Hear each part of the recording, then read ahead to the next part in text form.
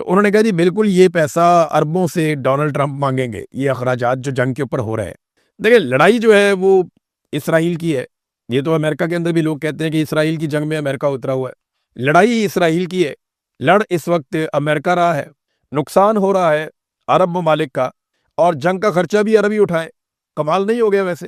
یہ زبردست آئیڈیا نہیں ہے کہ اربوں کا ہی نقصان ہو، اربوں کی چیزیں تباہ ہوں، اربوں کا ہی کاروبار بند ہو، اربوں کے لیے اپنا حرمت بھی بند ہو، اربوں کے وہاں پہ جو ہے وہ مالی نقصان ہو بہت بڑے پیمانے پر، اور ان کے تحفظ کے لیے جو ان سے اربوں ڈالر لیے گئے ہیں وہ بھی ضائع ہو جائیں، اور اینڈ میں جنگ کا خرچہ بھی عرب چکائیں، تو یہ تو بڑی نامناسب بات ہے۔ اور لڑائی کا جو بینیفیشری ہے وہ اسرائیل ہے، یعنی فائدہ تو اسی کو ہوگا نا اگر ایران سرنگو ہو جاتا ہے اور کنٹرول میں آ جاتا ہے، جیسا کہ اب کچھ یہ دعوے کیے جا رہے ہیں۔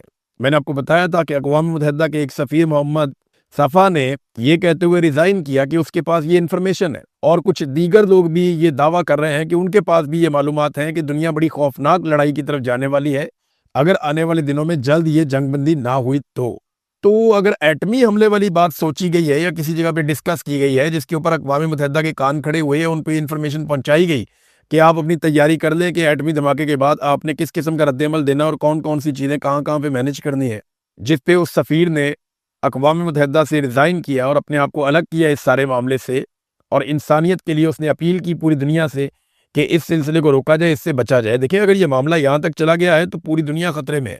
دیکھیں اگر ایک دفعہ یہ شروع ہو گیا نا تو پہلے صرف امریکہ کے پاس ایٹم بم ہوتا تھا، اب دنیا کے بہت سارے ملکوں کے پاس ہے، شمالی کوریا کے پاس ہے، پاکستان کے پاس ہے، انڈیا کے پاس ہے، فرانس کے پاس ہے، برطانیہ کے پاس ہے، روس کے پاس ہے، چین کے پاس ہے، اسرائیل کے پاس ہے، امریکہ کے پاس ہے، اور ممالک کے پاس ہے۔ تو اب ایٹم بم صرف اکیلا جو ہے وہ امریکہ کے پاس نہیں ہے، اگر اس مرتبہ ایسا کچھ کیا گیا تو لڑائی بھڑک تو جائے گی لیکن ختم کیسے ہوگی؟ امریکہ کے اتحادی جو ہیں وہ ایک ایک کر کے دور ہٹتے جا رہے ہیں، جو مین اتحادی ہمیشہ سے امریکہ کے ساتھ رہے۔ مثال کے طور پہ پہلے امریکہ نے کہا کہ فضائی حملوں میں ہمارے ساتھ چلو، نیٹو نے اتحادیوں نے انکار کر دیا، وہ نہیں آئے۔ پھر امریکہ نے کہا کہ آپ نے ہرمز کو کھلوانا ہے، ہمارے ساتھ چلو، ہم آپ کا انتظار کر رہے ہیں، آؤ اس کو کھلواتے ہیں، تو اتحادی پھر نہیں آئے۔ اور اب امریکہ نے جب زمینی لڑائی کا فیصلہ کیا، کوئی 50,000 سے زیادہ فوجی انہوں نے خلیجی ممالک میں پہنچا دیے۔ زیادہ تر فوجی جو ہے وہ اڈوں کی بجائے مختلف الگ الگ جگہوں پہ رکے ہوئے ہیں، کوئی ہوٹلوں میں ٹھہرے ہوئے ہیں، کوئی پرائیویٹ جگہوں پہ، کوئی دفاتر میں، تاکہ اور ان کی نقل و حرکت کو خفیہ رکھا گیا ہے تاکہ ایران ان کے اوپر اٹیک نہ کرے۔ تو یہ جو اتنی بڑی تعداد میں فوجی پہنچائے گئے ہیں خلیجی ممالک میں، تو اب امریکہ کی خواہش ہے کوئی زمینی کارروائی یا آپریشن کیا جائے۔ اگر وہ اس میں جاتے ہیں تو پھر انہیں اپنے اتحادیوں کی یاد آئے گی۔ تو برطانیہ نے پہلے ہی کہہ دیا جناب ہم اس لڑائی کا حصہ نہیں بنیں گے۔ تو امریکہ کے اتحادی امریکہ سے ناراض ہیں، حتیٰ کہ میں تقاریر سنتا رہتا ہوں یورپی یونین کے نمائندگان کی، جو یورپی ممالک ہیں وہ کس طرح تقریر کرتے ہیں۔ اسپین نے، بیلجیم نے، فرانس نے، جرمنی نے اڑا کے رکھ دیا امریکہ کے نقطۂ نظر کو، وہ مانتے ہی نہیں کہ یہ لڑائی ٹھیک ہے اور امریکہ نے ٹھیک کیا، وہ شدید مخالفت کر رہے ہیں امریکہ کی۔ بلکہ جرمنی کے اندر تو یہ مطالبہ بھی ہوا اپوزیشن کے پلیٹ فارم سے کہ جناب امریکن فوجیوں کو نکالیں یہاں سے۔ اسپین نے اپنے اڈے دینے سے صاف انکار کر دیا کہ بالکل کوئی اڈا نہیں ہے، نہ فضائی حدود دیں گے نہ کوئی اڈا دیں گے، جاؤ یہاں سے۔ تو امریکہ کے ساتھ آج تک کبھی ایسا ہوا نہیں تھا، لیکن آج سارے ممالک امریکہ کے سامنے آ کر کھڑے ہو گئے۔ آبنہ ہرمز کو بائی پاس کرنے کے لیے نا ایک پائپ لائن ہے جو فجیرہ کی طرف جاتی ہے، اس کو فجیرہ پائپ لائن کہتے ہیں۔ اب اس پائپ لائن کے ذریعے سے متبادل راستہ لیا جا رہا تھا کہ آبنہ ہرمز کو بائی پاس کرتے ہیں، پردی طرف سے تیل نکالیں گے۔ اس پائپ لائن پہ 2 جگہ حملہ ہوا ہے، یہ پائپ لائن آگ کی زد میں آ گئی ہے۔ تو اب اگر یہ ایران نے کیا ہے تو ایران تیل لے جانے کے دوسرے راستے بھی بند کر رہا ہے۔ لیکن نا سمندر سے راستہ بند کرنا ذرا مشکل ہوتا ہے، پائپ لائن کو تباہ کرنا تو مسئلہ ہی کوئی نہیں ہے۔ جب آپ کی پائپ لائن سینکڑوں کلومیٹر پہ جا رہی ہے تو آپ کہیں پہ بھی دھماکہ کر سکتے ہیں، میزائل یا ڈرون مار سکتے ہیں، تو پائپ لائن آپ اڑا دیں، اس کے بعد سپلائی بند ہو جائے گی فوری طور پہ، ایسا ہی ہوتا ہے۔ تو اگر یہ ایران نے کیا ہے تو پتہ چل جائے گا، اور اگر کسی اور نے کیا ہے، کیونکہ کویت کے اندر میں نے آپ کو بتایا تھا پچھلے ویلاگ میں واٹر سیلینیشن پلانٹ کے اوپر حملہ ہوا۔ کویت اپنا پینے کا جو پانی ہے اس کا لگ بھگ 90% وہ حاصل کرتا ہے سمندر کے پانی کو صاف کر کے سیلینیشن پوائنٹ کے ذریعے سے، تو اس کے اوپر ایک حملہ ہوا تھا، اور اب دعویٰ کیا جا رہا ہے کہ وہ حملہ ایران نے نہیں کیا بلکہ اسرائیل نے کیا ہے، اور یہ دعویٰ بھی ایران کی جانب سے کیا گیا کہ ہم نے ایسا کوئی حملہ نہیں کیا ہے۔ ناظرین، عراقچی ڈاکٹر عباس عراقچی جو وزیر خارجہ ہیں ایران کے، انہوں نے عرب ممالک کے لیے ایک سٹیٹمنٹ جاری کیا، خاص طور پہ سعودی عرب کے لیے۔ انہوں نے کہا جی کہ ایران بڑی عزت کرتا ہے سعودی عرب کی کنگڈم کی، ریاست سعودی عرب کی بہت عزت کرتا ہے ایران، اور انہیں بالکل اپنا بھائی سمجھتا ہے اس قوم کو. یہ ایران نے اسٹیٹمنٹ دیا. اب وہ یہ کہہ رہے ہیں کہ ہم جو آپریشنز کر رہے ہیں وہ جو جارحانہ عمل لے کر یہاں پہ دشمن آئے ہیں ہم ان کے اوپر اٹیک کر رہے ہیں جو ہمارے لیے ضروری ہے, اور یہ دشمن عربوں کے اور ایرانیوں کے مشترکہ دشمن ہے اور یہ ہمیں کوئی سیکیورٹی فراہم نہیں کر سکتے, یہ بھی انہوں نے کہا. اور آپ دیکھیے کہ ہم نے ان کے ساتھ کیا کیا اور ان کی فضائی طاقت کا کیا حال کیا. یہ کہتے ہوئے انہوں نے ٹویٹ کے نیچے فوٹو بھی لگا دیا جو امریکی طیارے تباہ کیے ہیں ایران نے یونائٹڈ اسٹیٹس ایئر فورس کے سعودی عرب کے اندر. ساتھ عراقچی نے کہا جی دیکھیں ہم بڑی عزت کرتے ہیں سعودی عرب کی, ہمیں بہت پیار ہے, ہمارے بھائی ہیں, ہم صرف دشمنوں کو مار رہے ہیں جو ہمارے اور عربوں کے مشترکہ دشمن ہیں, یہ ہماری حفاظت نہیں کر سکتے. اور ساتھ ہی انہوں نے اینڈ میں یہ تصویر لگائی اور یہ کہا کہ high time to eject United States forces, کہ یہ بہترین وقت ہے کہ یہاں سے امریکی افواج کو نکال دیا جائے خطے میں سے.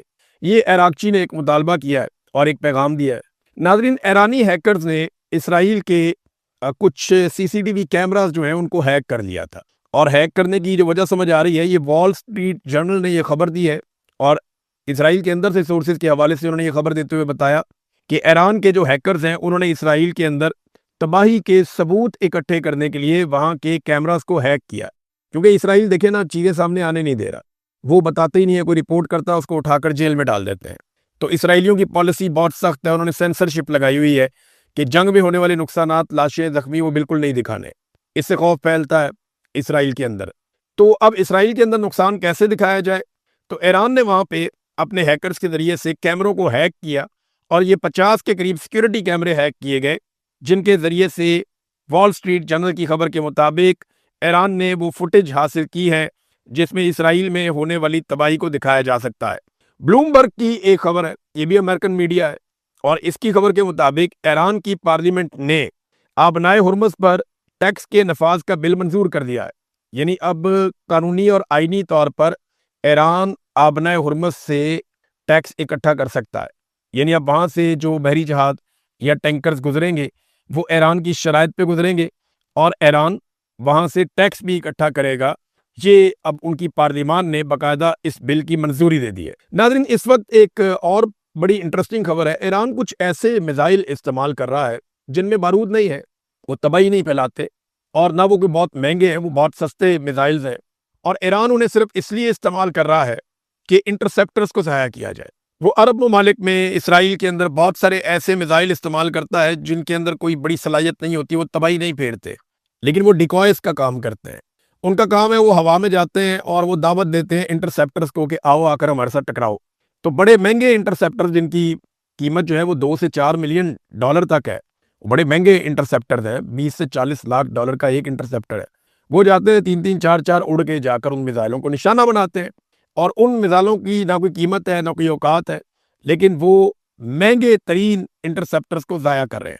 یہ ایران کی ایک حکمت عملی ہے لڑائی میں جو ابھی حال ہی میں رپورٹ ہوئی ہے, اور اس کے اوپر بھی جو دفاعی ماہرین ہیں وہ سر پکڑ کے بیٹھ گئے ہیں کہ ایران نے دنیا کا لڑنے کا طریقہ ہی تبدیل کر دیا.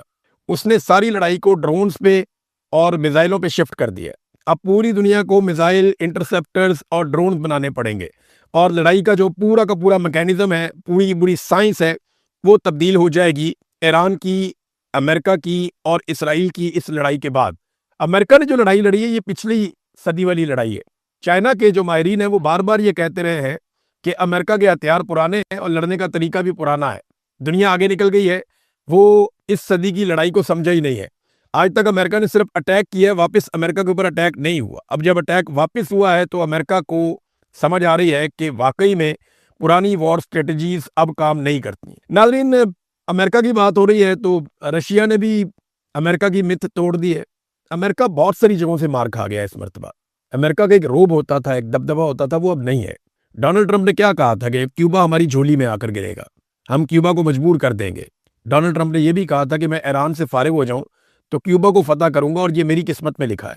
لیکن کیوبا کے حالات اتنے برے ہو گئے امریکن پابندیوں کے بعد کہ ان کے اسپتالوں میں جنریٹر چلانے کے لیے بھی فیول موجود نہیں تھا اور وہاں پہ بچے مر رہے تھے. تو ایسے میں رشیا نے اپنا ایک تیل بردار جہاز روانہ کیا, بہت بڑا آئل ٹینکر, اس میں 1 لاکھ ٹن را تیل تھا. وہ تیل انہوں نے روانہ کیا, اس کو اسکواڈ کیا, اس کو سمندر میں پہنچایا کیوبا کے قریب, اور پھر وہ امریکی پانیوں میں سے گزرتا ہوا کیوبا تک پہنچ گیا، اور اب وہ کیوبا میں لنگر انداز ہو کر وہاں پہ تیل اتار رہا ہے۔ یہ امریکہ کی مت توڑ دی، رشیا ڈنکے کی چوٹ کے اوپر وہاں پہ گھس کر اور کیوبا کو تیل پہنچا رہا ہے انسانیت کے ناطے۔ تو آج رشیا، چائنا یا یورپ وہ امریکہ کو ویسے نہیں دیکھتے، حتیٰ کہ ایران بھی ویسے نہیں دیکھتا جیسا سب پہلے دیکھتے تھے، اور یہ اس کا کریڈٹ جاتا ہے ڈونلڈ ٹرمپ کو کہ ڈونلڈ ٹرمپ نے ایران پہ حملہ کر کے وہ غلطی کر دی، اور خاص طور پہ اس میں آیت اللہ علی خامنائی کو شہید کر کے وہ غلطی کر دی کہ ایک پوری قوم ان کے گلے پڑ گئی، اور اب وہ گلے سے اترتی نہیں ہے، وہ چھوڑتے ہی نہیں ہے۔ ناظرین، پاکستان کے اندر سے ایک افسوسناک خبر ہے، میں چاہتا ہوں اس پہ ضرور میں بات کروں۔ رباب، یہ ایک نہتی معصوم لڑکی، اس کے والد کو، چچا کو، دادا کو قتل کیا تھا وڈیروں نے، بہت طاقتور لوگوں نے، پیپلز پارٹی کے پارلیمنٹیرین بھی رہے ہیں، وہ اچھے تگڑے لوگ ہیں وہاں پہ سندھ کے، انہوں نے قتل کیا تھا ذاتی اناد کے اوپر۔ یہ لڑکی 8 سال تک مقدمات لڑتی رہی، ننگے پیر عدالتوں میں آتی رہی۔ اس لڑکی کا امتحان نہیں تھا، یہ امتحان تھا پاکستان کی عدلیہ کا۔ ایک دن یہ چیف جسٹس کی گاڑی کے آگے بھی آئی، ثاقب نثار، انہوں نے یقین دلایا کہ 2 مہینے میں انصاف ہوگا، نہیں ہوا۔ پھر یہ کہا گیا دہشت گردی کا مقدمہ ہے، 3 مہینے کے اندر ہر حال میں انصاف ہونا چاہیے، نہیں ہوا۔ پھر دہشت گردی کی عدالت نے کہا دہشت گردی تو ہوئی نہیں، دوسری عدالت میں چلا گیا معاملہ۔ یہ نظام انصاف کا ایک امتحان تھا جس میں پاکستان کا نظام انصاف فیل ہو گیا۔ یہ لڑکی مقدمات لڑتی رہی، ننگے پیر عدالتوں میں آتی رہی، کبھی کہیں احتجاج کرتی تھی، کبھی کہیں بات کرتی تھی، اس نے تمام دروازے کٹکھٹائے، لیکن عدالت نے ملزمان کو باعزت بری کر دیا۔ یہ اتنا نہیں ہے، بلکہ وہ ملزمان دندناتے ہوئے اپنے علاقے میں داخل ہوئے، اور بے شمار انہوں نے ہوائی فائرنگ کی، ان کے لوگوں نے، انہوں نے سیلیبریٹ کیا، اور فائرنگ کے ساتھ سیلیبریٹ کیا۔ بلاول کا سندھ ایسا ہے، سرداری کا سندھ ایسا ہے کہ ایک معصوم نہتی لڑکی انصاف لینے کی کوشش میں دربدر ہوگی۔ آج بے نظیر زندہ ہوتی نا تو وہ دیکھتی کہ کیسے انصاف نہیں ملتا۔ بے نظیر کے اندر انسانیت باقی تھی، ایسا لگتا تھا۔ بے نظیر بھٹو جو ہے وہ خواتین کے معاملات میں کافی حساس تھیں، لیکن یہ زرداری رجیم بالکل ایسا نہیں سوچتا، ورنہ اس طرح دندناتے ہوئے، رقص کرتے ہوئے، پھول پھینکتے ہوئے، فائرنگ کرتے ہوئے یہ ملزمان کبھی اپنے علاقے میں واپس داخل نہ ہوتے۔ بہرحال ابھی اور عدالتیں بھی پڑی ہیں، دیکھتے ہیں اپیل کے اندر کیا ہوتا ہے۔ اب تک کے لیے اتنے، اپنا خیال رکھیے گا، اپنے اس چینل کا بھی۔ اللہ حافظ۔